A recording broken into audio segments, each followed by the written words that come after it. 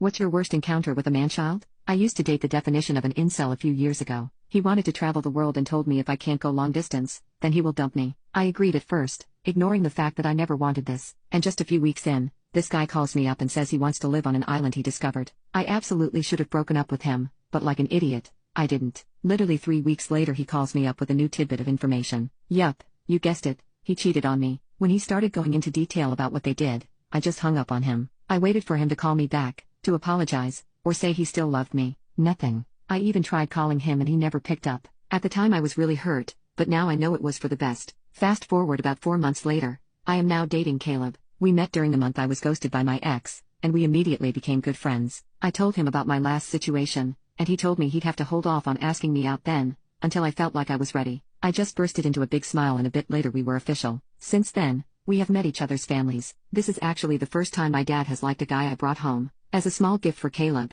I gathered all of our photos and videos together and made them into a sweet video about our love story, and how it will only grow. After I showed it to Caleb, I posted it on my Instagram. Literally, the very next day, my phone was blown up with texts and voicemails from my ex. He called me an and a cheater, saying I was a coward for not contacting him to say our relationship was officially over. I called him back and he started spewing out the same nonsense. I told him he was the one who had cheated and then ghosted me. It has been months since we last talked, and it would be foolish to ever think we'd still be together after all of that.